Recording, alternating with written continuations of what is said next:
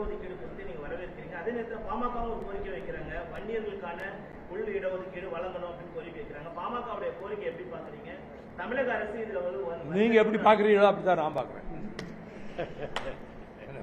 உங்க கட்சிக்கு அவங்க கொள்கையை சொல்றாங்க, கோரிக்கையை சொல்றாங்க, அதுக்கெல்லாம் நான் கமெண்ட் பண்ண முடியுமா? இல்ல, திமுக வந்து ஒரு ஓரவஞ்சனையா நடக்குது அப்படின்னு கிடையவே கிடையாது.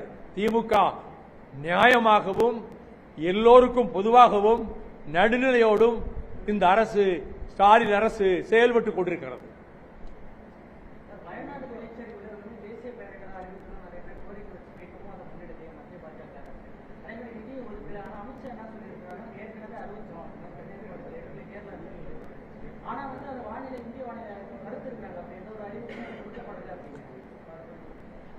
ஓரவஞ்சகமா நடக்கிறதுக்கு மத்திய சர்க்காருடைய வேலை.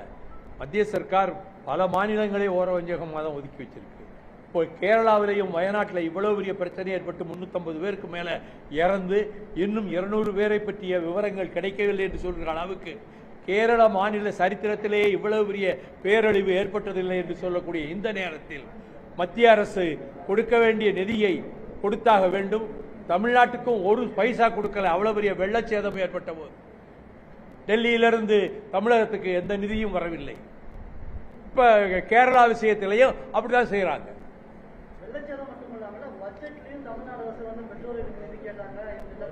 பட்ஜெட்ல ஒண்ணுமே இல்லையே. பட்ஜெட்ல தான் தமிழ்நாட்டுக்கு நாமம் சாத்திட்டாங்களே. தமிழ்நாட்டுக்கு அதுல எதுவுமே இல்லை.